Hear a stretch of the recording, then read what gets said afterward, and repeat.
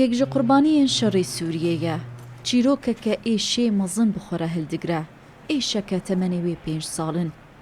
Mihemed El Yusuf di sala 2017 de 32 kes ji malbata wî hatin kuştin. Dema gorê cîma Sûriyê bi gaza Sarîn bajarê Xan Şêxûn bordoman kir. Hûrguliyên wê rojê nayên ji bîrkirin. Her dem di bîra Mihemed de amade ne. Lê ji ber ku bo belat mezin e, gotin alîkariya wî nakin. ضربت طيارة 3 ضربات وحدة منهم دمجمێر 6-7 بوو دەماگۆ فڕۆکە سێجاران باژار بردومان کرد. من بلەس بەری خۆدا مالێ. دەما ئەس گەیشتم من جیرانê xwe dît. Rewşewî xirab bû. Nikarî bû bersiva min bide. Xaniyê min vala bû. Bi tenê birayê min li erdê bû. Çavî vekirî bûn, lê rehtê de nemabû. باركوا مع قبضة لاسلكية.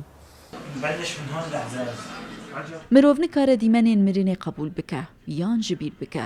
Ev ziman halê Mihemed e. Mihemed mîna hemû şahid halên bûyerê ne.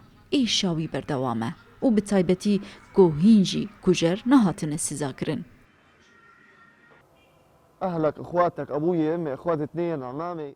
Malbata te xelkê te jiyana te bi temamî di yek xulekê de çûn. Ez ji wê demê matmayî me. Gotin bi min re dernakevin. Mirov nikare bûyerê bawer bike. Nikarim şîrove bikim, ez nikarim. ما في حكي ما في حكي يوصف Di komkujiya kîma wî de li Xan Şêxûn 100 sivîl hatin kuştin. 32 wan zarok bûn.